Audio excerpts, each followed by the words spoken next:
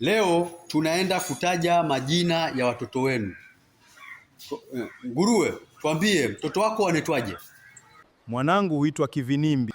Sungura, nawe tuonyeshe mtoto wako utuambie anaitwaje.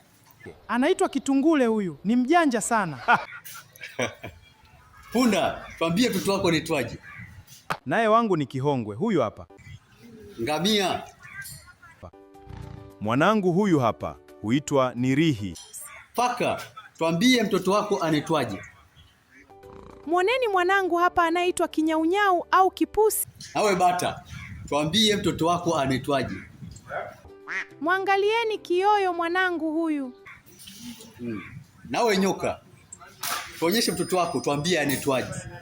Mwanangu huitwa Kinyemere. Unamwona farasi hapo, tuambie mtoto wako anaitwaje? Mtoto wangu huyu huitwa Kitekli. Nawe umbwa, mtoto wako huitwaje? Huyu ni Kilebu au Kidue, anapenda kunyonya sana.